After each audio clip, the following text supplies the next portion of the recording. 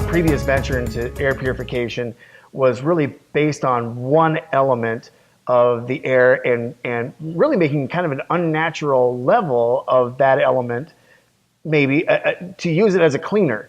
And so it doesn't know when to stop cleaning. You know, and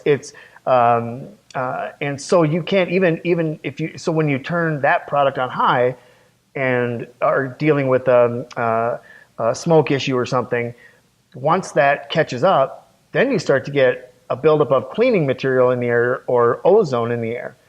And that's one of the questions we get all the time. And because there's one, they're used to our old product, and two, it's a measuring stick for air purification, even though we're not a purifier, is how much are we making ozone?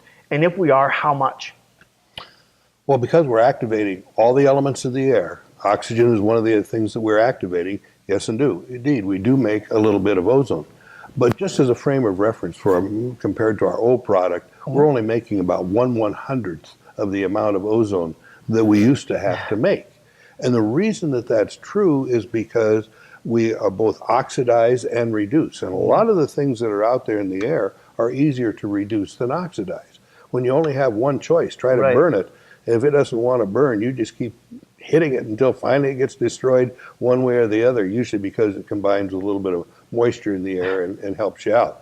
But because we're duplicating outside, we're getting all these elements, and one of them is going to be the one that helps break down something first. And we can't predict exactly which one.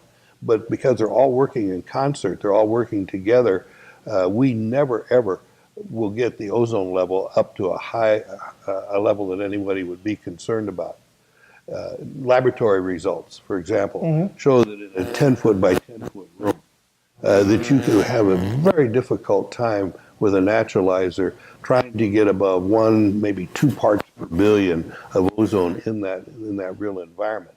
And yet, because of all the other things that we're creating, that's more than enough to create that fresh air in that room. And tell me, so what does 2 parts per billion mean? Is that high? Is that low? Where? It is about 1/25th of the normal level of ozone that exists outside. I mean, that's and I think people are surprised by that, just because of the product that was very successful, we sold millions of, really dealt in that one element. And also, I think that the smell that our old customers or people that have dealt with an ozone product before, they might smell that coming from the naturalizer and go, it's an ozone generator. Explain a little bit about what that smell can sometimes really be. Well, the smell that you smell, we've always said when somebody says it's ozone, we just kind of agree with them. But actually, there's several chemicals that are actually made. Ozone does have a very sweet smell. Not a harsh smell. It's a very sweet smell until you get to some really high concentrations. But one of the more likely things is that there's nitrogen in the air too, and we're activating it just as well. So whether it's a nitrous oxide or a nitric oxide in tiny amounts, you're going to be able to sense it. Now, one of the things that you need to be really clear about is that our olfactory senses are incredibly sensitive, and they widely vary.